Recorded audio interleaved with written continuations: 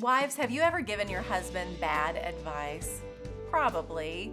In all the decisions and directions of life, the ups and downs and twists and turns of living life together as one in marriage, yes, there are moments we all speak before we actually think about or possibly pray about what we are speaking over or to one another. Being slow to speak and quick to listen is marriage 101. My husband and I have been married almost 29 years, and in all of those days, yes, there have been moments both of us have used words that weren't very uplifting. Sometimes words of advice I voiced were rooted in selfishness and weariness. Life gets stressful, expectations don't get met, feelings get hurt, life gets tough. All that talk on the wedding day of in sickness and in health and for richer or poorer gets put to test, doesn't it? Well, today's focus has to do with the husband and wife who were put to the test. Because you know as much as I do that if one of you walks through something, you both walk through something. We're looking this month at women in scripture we can learn from. I was a bit surprised when the wife of Job kept coming to mind. But as I dug deeper, I began having more compassion and grace for her.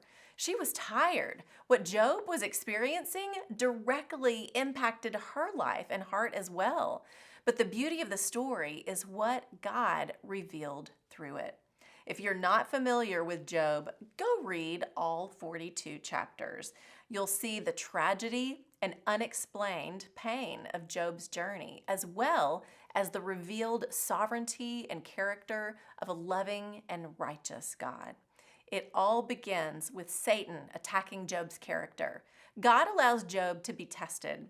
The tragedies begin, and messenger after messenger deliver life-altering news to Job. In a matter of hours, Job lost everything that was important to him except his wife and his own life. The setting of Job's suffering is set, and the testing begins. Job 2, 9 and 10. His wife said to him, "Are you still maintaining your integrity? Curse God and die." He replied, "You are talking like a foolish woman. Shall we accept good from God and not trouble?" In all this, Job did not sin in what he said. There is so much in the book of Job, but here's our focus for today. To say this was a stressful day would be a massive understatement. Not only did Job lose everything, his wife did too. While the focus is primarily on Job, his wife by his side suffered as well.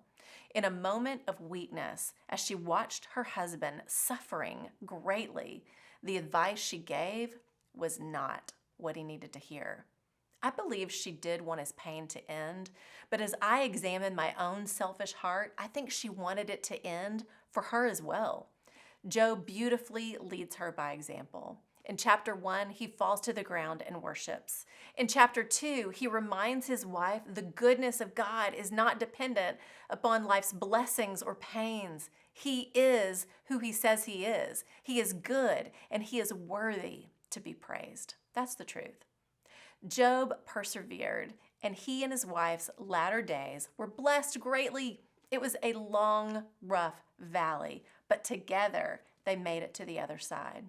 Wives, may we learn from this and offer sound words of wisdom to our husbands in stressful seasons that have been covered in prayer. Walking in obedience together makes all the difference when the enemy fights against us. I'm Lori Klein.